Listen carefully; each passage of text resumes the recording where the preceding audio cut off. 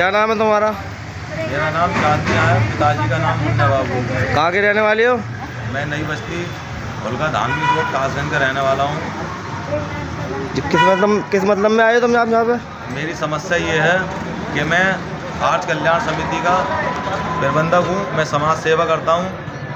तो जो बिजली विभाग के अधिकारी हैं उनसे मेरी बनती नहीं है, क्योंकि उनके गलत कार्यशैली के कारण आए दिन वो किसी न किसी से पैसे ठगते रहते हैं। किसी से 100, 200, 1000, 500, 5000 बिजली चोरी का एक ठप्पा लगा देते हैं और वो कहते हैं अगर इतने रुपए नहीं दोगे तो तुम्हारी FIR लिख दी जाएगी। तो आदमी डर की वजह से 500, 1000 तो दे ही देता है।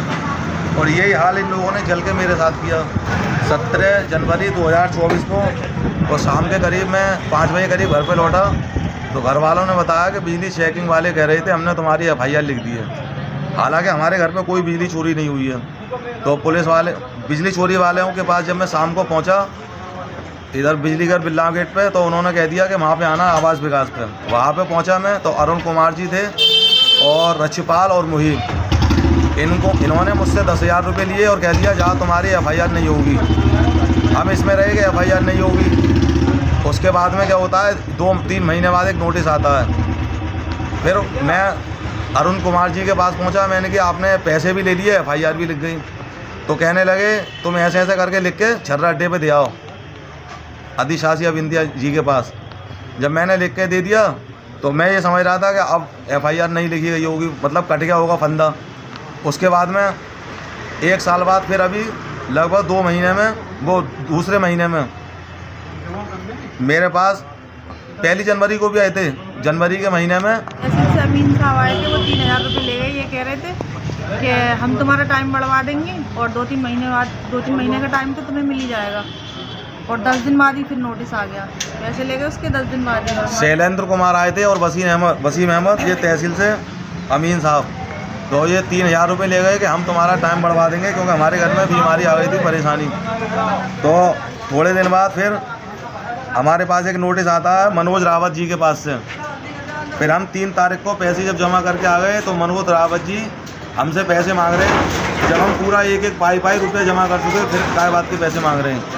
तो हमने उनसे ये कहा कि आप किस बात के पैसे दें, तो वो कहने लगे कि कोर्ट में फ़ीस लगेगी इसकी। तो हमने कहा कि जब हम सारे के सारे पैसे जमा कर आए आप काय की फ़ीस लगेगी। तो हमने आज मुख्यमंत्री योगी आदित्यनाथ जी को से गुहार लगाई है कि आप जो है हमारे प्रदेश के मुखिया हैं, आप देखें कि कितने भ्रष्ट अधिकारी हैं कि ये चारों तरफ कालाबाजारी रिश्वतखोरी चल रही है। आप इन पर लगाम लगाएं और हमसे ये लोग पैसा जो ठग चुके हैं हमारा पैसा वापस किया जाए। और जितने भी अधिकारी हैं इनकी जो है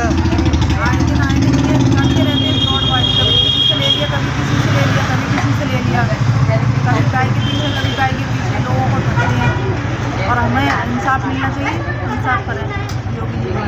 और जितने भी अधिकारी हैं इनकी जो है संपत्ति चेक हो, इनके बैंक बैलेंस चेक हो, कितनी आमदनी है, कितने इनके खर्चे हैं, इतना रुपया आता कहाँ से, इतना बैंक बैलेंस कहाँ से जुड़ गया, इनकी सब जांच होनी चाहिए, दंडात्मक कार्रवाई होनी चाहिए।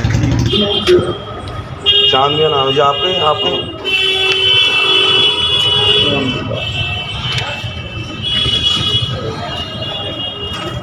ये हम पहले लिख के दे चुके। वो है मस्जिद मदरसा, अब इसको माना नहीं। और उसके बाद में फिर वो कोई नोटिस देने आए थे, 5-6 महीने करीब हुए।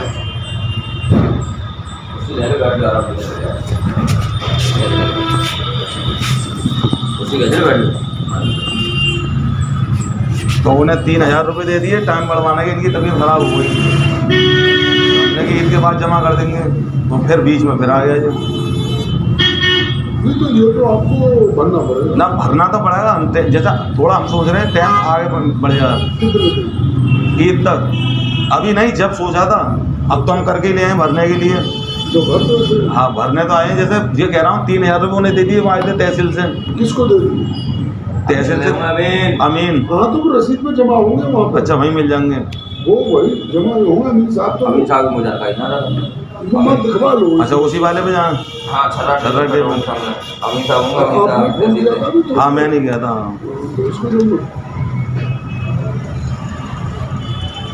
जब इंसान जल्दी है बच्चा तो घूम रहा है। कैसे? जैसे जमा तो कर लेंगे, लेकिन फिर भी ऐसे हम सोच रहे थे तबीयत खराब हो गई ऐसी कि अस्पताल में रोना पड़ गया।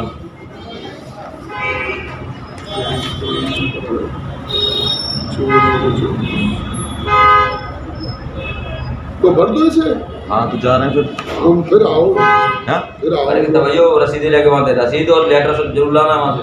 हाँ वहाँ भर के रसीद और लेटर लेके। हाँ लेटर भी मिलेगा वहाँ, लेटर देंगे बड़े साहब और 2 रसीद देंगे। अच्छा लेकिन आइए फिर आओ तुम वहाँ घूमते हैं, हाँ और फिर आओ। और जो आधार कार्ड फोटो चाहिए, आधार कार्ड भी लगेगी। मोबाइल नंबर बताओ। 90 82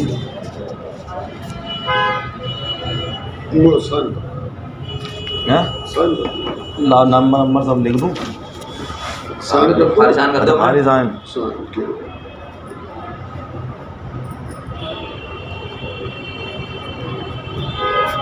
तो मोबाइल नंबर लगे। वाला नंबर भी दे दीजिए।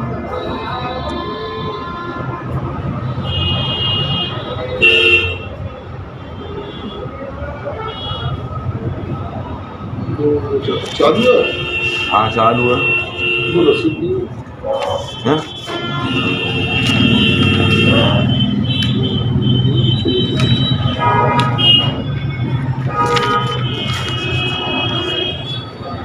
आगे जमा हो जाएगा ना। हाँ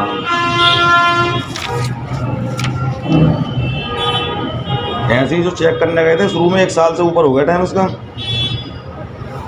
जाओ। लिख लिया मैंने, आओ फिर। अच्छा नंबर है मेरा है। तो जैसे बत्ती पकड़ी न गई ना पकड़ी हमें तो पता ना, मैं तो बाहर आ। अरे नहीं तो देखो उसमें लगाई तो दिन भर सर रिकॉर्ड होता है, सीडी बनाता है, बाकायदा सीडी। हाँ। सीडी क्या है, सीडी को जब खुलता है तो हम सब रिकॉर्ड होता है। हाँ काय बात। हाँ तो सीडी हमें चाहिए उस चीज़ की। वो कोड दिखाएगा। अच्छा कोड होना दिखाओ। देंगे। अच्छा या तो मैं हम नहीं खोल सकते। फिर सील आ जाती है, हाँ सीधे होकर मिलती है। सील लगी हुई तो होगा। और बता रहा हूँ पैसे लेके भी फिर भी कर दिया कहानी खराब कर दी। अभी साहब ने वो पैसा जमा कर दिया होगा। हाँ? अरे पूछना है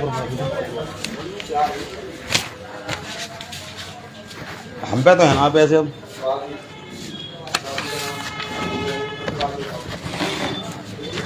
अब इतने ये उधार कर्जे से लागे ना कहाँ से तो करें। जाओ यार, जाते जाओ तुम जाओ तो।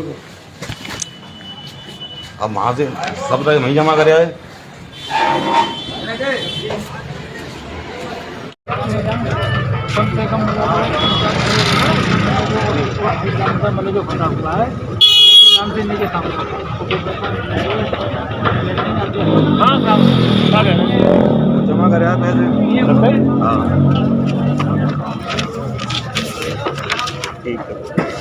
अब बाकी रसीद दे दो 3000 में। तो रसीद वसीम तो कह दूँगा, वसीम काट के दे ठीक है। वसीम भाई कहाँ? घर पर गए, घर पे गए। और इसमें उन्होंने माइनस तो करे ना। तुमसे क्या ना वो तो अलग से होता है ना, वो अलग से होता है, माइनस ना होता है। हम वो तहसील के अलग से जमा होता है। अच्छा हाँ। जैसा उस दिन बता रहे हैं ना वसीम भाई के वहाँ पे जाकर माइनस हो जाएगा, तो वो कह लेंगे इसमें माइनस कुछ होता ही ना।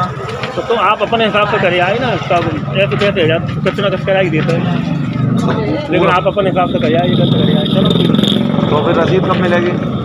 मैं वसीम से पूछ लिया कब लेंगे, तो भेज देंगे। तो मेरे तो उनसे कह दियो, आप कह दियो। कह दूँगा। ठीक है।